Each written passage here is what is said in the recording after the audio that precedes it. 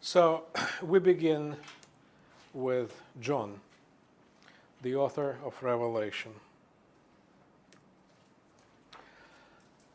Let me remind you that according to the Christian tradition, John was John the Apostle, John the Beloved, the author of the Gospel of John, and the presumed author of a couple of letters of John that were included in the Bible.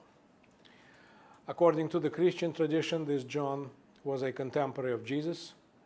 He lived to be a very old man. He died well in his 90s on the island of Patmos, where in one of the caves he wrote his book of Revelation. Since he was old, Christian painters usually would portray him as a very old man.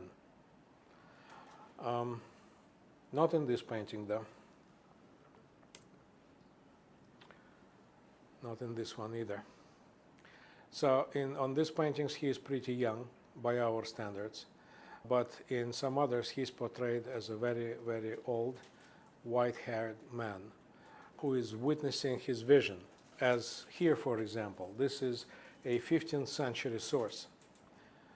Here John sees the vision of the 24 elders and generally the white throne judgment.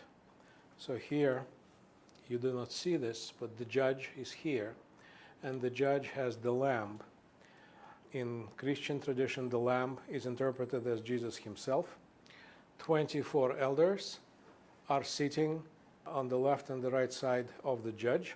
In the Christian tradition, 24 elders represent 12 tribes of Israel and 12 disciples of Jesus, 12 apostles.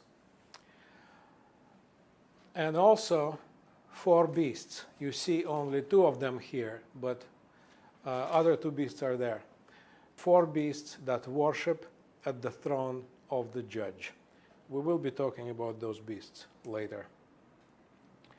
This is another 16th century source that portrays John, who is seeing his revelation.